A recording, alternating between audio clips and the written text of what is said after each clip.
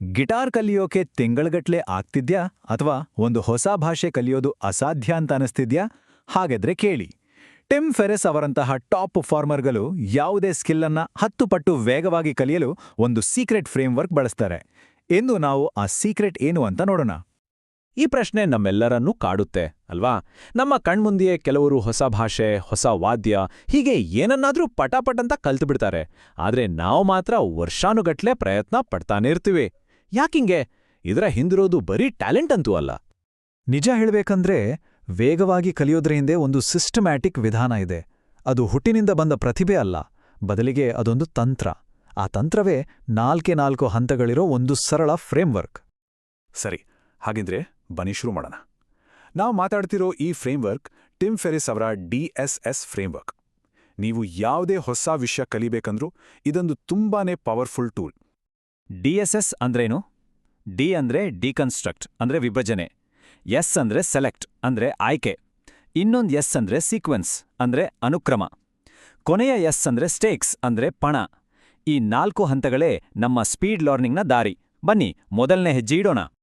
ಮೊದಲನೇ ಮತ್ತು ಅತಿ ಮುಖ್ಯವಾದ ಹಂತ ವಿಭಾಜನೆ. ಅಂದ್ರೆ ಒಂದು ದೊಡ್ಡ ಗುರಿಯನ್ನ ತಗೊಂಡು ಅದನ್ನ ಸಣ್ಣ ಮ್ಯಾನೇಜ್ ಮಾಡಬಹುದಾದ ಪೀಸ್ಗಳಾಗಿ ಒಡೆಯೋದು. ಒಂದು ದೊಡ್ಡ ಬೆಟ್ಟವನ್ನ ಒಂದೇ ಸಲ ಹತ್ತೋಕ್ಕಾಗಲ್ಲ ಅಲ್ವಾ? ಅದರ ಬದಲು ಪುಟ್ಟ ಪುಟ್ಟ ಹೆಜ್ಜೆಗಳ ಮೇಲೆ ಗಮನ ಇಟ್ಟ ಹಾಗೆ. ಉದಾಹರಣೆಗೆ, ಒಬ್ಬ ಒಳ್ಳೆ ಸ್ಪೀಕರ್ ಆಗಬೇಕು ಅನ್ನೋದು ಒಂದು ದೊಡ್ಡ ಗೋಲ್. ಆದ್ರೆ ಒಬ್ಬ ಎಕ್ಸ್ಪರ್ಟ್ ಇದನ್ನ ವಿಭಜಿಸಿದಾಗ ಒಂದು ಸತ್ಯ ಗೊತ್ತಾಗುತ್ತೆ. ಪರ್ಫೆಕ್ಟ್ ಗ್ರಾಮರ್ಗಿಂತ ಚೆನ್ನಾಗಿ ಕತೆ ಹೇಳೋದು ತುಂಬಾನೇ ಇಂಪಾರ್ಟೆಂಟ್. ಯಾಕಂದ್ರೆ ಚಿಕ್ಕಂದಿಂದಲೂ ನಾವು ಕತೆಗಳಿಗೆ ಕನೆಕ್ಟ್ ಆಗ್ತೀವಿ. ಜನರ ಗಮನ ಹಿಡಿದಿಡೋಕೆ ಇದಕ್ಕಿಂತ ದೊಡ್ಡ ಅಸ್ತ್ರ ಬೇರೆ ಇಲ್ಲ. ಓಕೆ, ಸ್ಕಿಲ್ಲನ್ನ ಸಣ್ಣ ಭಾಗಗಳಾಗಿ ಒಡೆದಾಯ್ತು.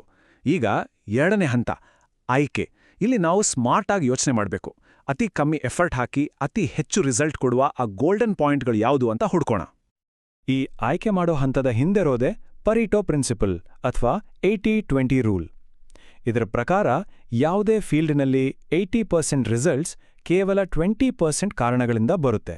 ಅಂದ್ರೆ ಒಂದು ಸ್ಕಿಲ್ ಕಲಿಯುವಾಗ ಅದರ ಎಲ್ಲಾ ಭಾಗಗಳು ಒಂದೇ ರೀತಿ ಇಂಪಾರ್ಟೆಂಟ್ ಆಗಿರಲ್ಲ.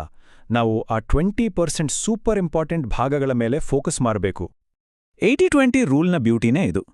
ನಮ್ಮ ಎನರ್ಜಿಯನ್ನ ಎಲ್ಲಿ ಫೋಕಸ್ ಮಾಡಬೇಕು ಅಂತ ಇದು ಕ್ಲಿಯರ್ ಆಗಿ ತೋರಿಸುತ್ತೆ.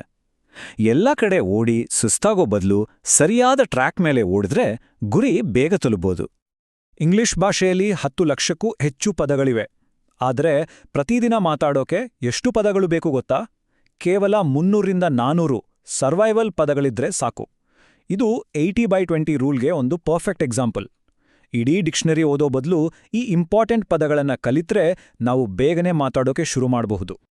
ಈಗ ನಾವು ಕೊನೆಯ 2 ಹಂತಗಳಿಗೆ ಬಂದಿದ್ದೇವೆ. 3ನೇದು ಅನುಕ್ರಮ ಮತ್ತು 4ನೇದು ಪಣ. ಇಲ್ಲಿ ಕಲಿಯುವ ಆರ್ಡರ್ ತುಂಬಾನೇ ಮುಖ್ಯ ಆಗುತ್ತೆ. ಜೊತೆಗೆ ಕಲಿಲೇಬೇಕು ಅನ್ನೋ ಒಂದು ಕಮಿಟ್ಮೆಂಟ್ ನಮ್ಮ ಯಶಸ್ಸಿಗೆ ಡಿಸೈಡಿಂಗ್ ಫ್ಯಾಕ್ಟರ್ ಆಗುತ್ತೆ.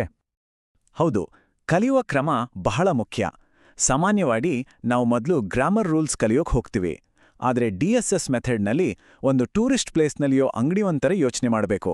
ಮೊದಲು ಹೆಚ್ಚು ಬಳಕೆಯಾಗುವ ಮಾತುಗಳನ್ನು ಕಲಿಬೇಕು. ನಿಮ್ಮ ಹೆಸರೇನು ಅಥವಾ ಇದಕ್ಕೆಷ್ಟು ಅನ್ನೋ ವಾಕ್ಯಗಳು ಗ್ರಾಮರ್ಗಂಟೆ ಹೆಚ್ಚು ಯೂಸ್ಫುಲ್. ಮೊದಲು ಮಾತು, ಆಮೇಲೆ ಗ್ರಾಮರ್. ಮತ್ತು ಫೈನಲ್ ಸ್ಟೆಪ್ ಪಣ. ಸುಮ್ಮನೆ ಕಲ್ತ್ರೆ ಸಾಕಾಗಲ್ಲ, ಅದನ್ನ ಬಳಸಲೇಬೇಕು ಅನ್ನೋ ಒಂದು ಪ್ರೆಷರ್ ನಾವೇ ಕ್ರಿಯೇಟ್ ಮಾಡ್ಕೋಬೇಕು. ಹಣವನ್ನ ಪಣಕ್ಕಿಡಿ ಅಥವಾ ನಿಮ್ಮ ಗೌರವವನ್ನ. ಸೋಲೋ ಭಯ ಇದ್ದಾಗ ಮಾತ್ರ ನಾವು ಗೆಲ್ಲೋಕೆ ಸೀರಿಯಸ್ ಆಗಿ ಪ್ರಯತ್ನ ಪಡ್ತೀವಿ. ನೋಡಿ, ಈ ಮಾತು ಭಯವನ್ನ ಮೆಟ್ಟಿ ನಿಲ್ಲೋ ಶಕ್ತಿಯನ್ನ ಎಷ್ಟು ಅದ್ಭುತವಾಗಿ ಹೇಳುತ್ತೆ. ಮೊದಲ ಸಲ ಸ್ಟೇಜ್ ಮೇಲೆ ಹೋದಾಗ ಕಾಲು ನಡಗಬಹುದು, ಜನ ನಗಬಹುದು. ಆದ್ರೆ ಆ ಕ್ಷಣದಲ್ಲಿ ನಮ್ಮ ಭಯವನ್ನ ನಾವು ಫೇಸ್ ಮಾಡ್ತಿರೋದ್ರಿಂದ ಆ ರೂಮ್ನಲ್ಲಿ ನಿಜವಾದ ವಿನ್ನರ್ ನಾವೇ ಆಗಿರ್ತೀವಿ.